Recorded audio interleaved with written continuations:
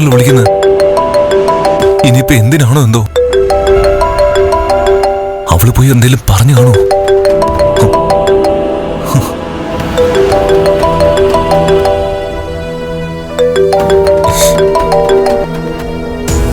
ആ കണ്ണ, നീ എവിടെടാ? ആ അത് പിന്നെ ഞാനിവിടെ പൂവാർ ഒരു ആയുർവേദ റിസോർട്ടിലാ. പൂവാറോ? അവിടെ ഏത് റിസോർട്ട്? അല്ല അത് പിന്നെ പറഞ്ഞാ നീ അറിയില്ല. അവിടെ ഞാനറിയാത്ത ആയുർവേദ റിസോർട്ടൊന്നും ഇല്ലല്ലോ. അത് ഞാനും കുറെ കാലം അവിടെയൊക്കെ കിടന്നിട്ടുള്ളതാണല്ലോ. അതല്ല, ഇതിപ്പോ കുറച്ചു നാളെ ആയുള്ളൂ ഇങ്ങനെ ഒരു റിസോർട്ട് വന്നിട്ട്. ഇവിടെ നല്ല അസല് മർമാണിയുണ്ട്, അതുകൊണ്ടാണ് ഞാൻ ഇങ്ങോട്ട് വന്നത്. നീ എപ്പോ തിരിച്ചു വരും? അതൊന്നും പറയാൻ പറ്റില്ല കണ്ണാ. എപ്പോ തിരിച്ചു വന്നാലും അതെന്നെ ഉടനെ അറിയിക്കണം. ഇന്ന് മഹാലക്ഷ്മി നിന്നെ കാണാൻ വീട്ടിൽ വന്നിരുന്നു, എന്നിട്ട് നിരാശയോടെ മടങ്ങി വന്നേ. ഞാൻ അവിടെ ഇല്ലല്ലോ കണ്ണാ, പിന്നെ എങ്ങനെ എന്നെ കാണാൻ പറ്റുക? അതുകൊണ്ടാണ് ഞാൻ പറഞ്ഞത്, വരുമ്പോ നിന്നെ ഞങ്ങൾക്ക് കാണണമെന്ന്. ഞാൻ വന്നാൽ ഉടനെ തന്നെ അറിയിക്കാം. ആയിക്കോട്ടെ.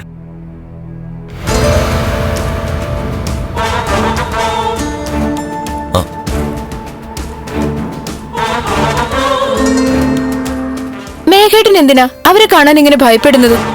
കണ്ണേട്ടനല്ലേ ഇപ്പൊ വിളിച്ചത്? അതെ.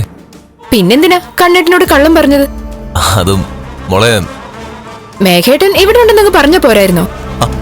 അയ്യോ മോളെ, ഞാൻ അങ്ങനെ പറഞ്ഞ ഉടനെ അവൻ അവളുടെ കെട്ടുകളെ കൊണ്ട് നേരെ ഇങ്ങോട്ട് വരും. എനിക്ക് അവളെ കാണാൻ താല്പര്യമില്ലെന്ന് ഞാൻ പറഞ്ഞില്ലേ? അവളെ ഇങ്ങനെ ഭയപ്പെടാനുള്ള കാരണം എന്താണെന്നാ ഞാൻ ചോദിച്ചത്. ഇതിനു മുമ്പ് മേഘേട്ടൻ അവളുമായിട്ട് എന്തെങ്കിലും ഉടക്കുണ്ടായിട്ടുണ്ടോ? എടി, ഞാൻ പറഞ്ഞിട്ടുണ്ടല്ലോ എനിക്ക് അവളെ നേരത്തെ അറിയാന്ന്. എടി പെണ്ണ, അവൾ ആളത്ര ശരിയൊന്നും അല്ല. അവളാള് ശരിയല്ലെങ്കിൽ അവളല്ലേ ഭയക്കേണ്ടത്? അതിനു പകരം മേഘേട്ടൻ എന്തിനാ അവളെ കാണുമ്പോൾ ഒഴിഞ്ഞു മാറുന്നത്? അതൊന്നും പറഞ്ഞ നിനക്ക് മനസ്സിലാവില്ല. എന്തൊക്കെ കുഴപ്പങ്ങളുണ്ട്. അതെന്താണെന്ന് ഏട്ടനും അവളും തമ്മിൽ കണ്ടാലേ മനസ്സിലാക്കാൻ പറ്റൂ. ഞാനൊരു കാര്യം പറഞ്ഞേക്കാം. എന്തായാലും എപ്പോഴായാലും അവളും ഞാനും തമ്മിലുള്ള കൂടിക്കാഴ്ച ഒഴിവാക്കാൻ പറ്റില്ല. പക്ഷേ അവളിൽ നിന്നും മറഞ്ഞു നടക്കാൻ പറ്റുന്നിടത്തോളം കാലം എനിക്ക് മറഞ്ഞു നടന്നേ പറ്റൂ. അവള് വെറുക്കുന്നവരെയൊക്കെ കണ്ണേട്ടന് വെറുത്തോണ്ടിരിക്കുക. അതാണ് തലവേദനായത്. കണ്ണനെ അവളെയും തെറ്റിക്കാതെ നമുക്കൊന്നും അവന്റെ ജീവിതത്തിൽ ഇനി സ്ഥാനം ഉണ്ടാവില്ല സ്വാതി. അവന്റെ പെങ്ങളെ ഞാൻ കല്യാണം കഴിച്ചാലും ശരി, നമ്മൾ ആഗ്രഹിക്കുന്ന പോലെ ഒന്നും നമുക്ക് കിട്ടില്ല. തരാൻ അവള് സമ്മതിക്കില്ല. എന്ന് വെച്ചാ ഇപ്പൊ അവള് പറയുന്നതിനപ്പുറം കണ്ണൻ നിൽക്കാറില്ല. പിന്നെ കുഴപ്പമില്ല, രണ്ടിനെ രണ്ട് ദിശയിലാക്കാൻ ഒരാൾ അവതരിച്ചിട്ടുണ്ട്. അവനെ അവന്റെ ജോലി കൃത്യമായിട്ട് നിർവഹിച്ചോളും.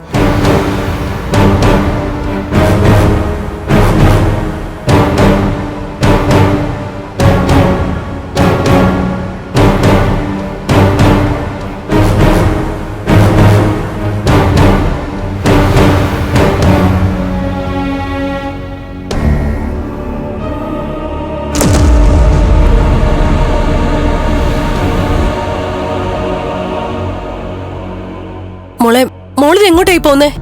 ഇവളുടെ വീട്ടിലേക്ക്. വീണ്ടും രണ്ടാളും തമ്മിൽ വഴക്കൂടിയോ? വഴക്കിട്ടൊന്നും പോവല്ല അമ്മേ. നാളെ വിഷു അല്ലേ, നല്ലൊരു വിഷുക്കണി മുത്തശ്ശി വീട്ടിൽ ഒരുക്കുന്നുണ്ട്.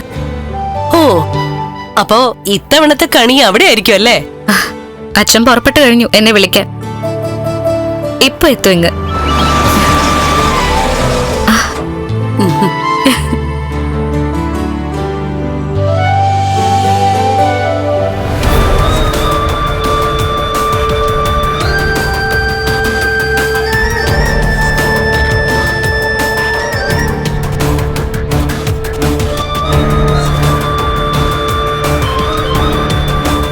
ഓ, ഇന്ന് നേരത്തെ എത്തിയല്ലോ.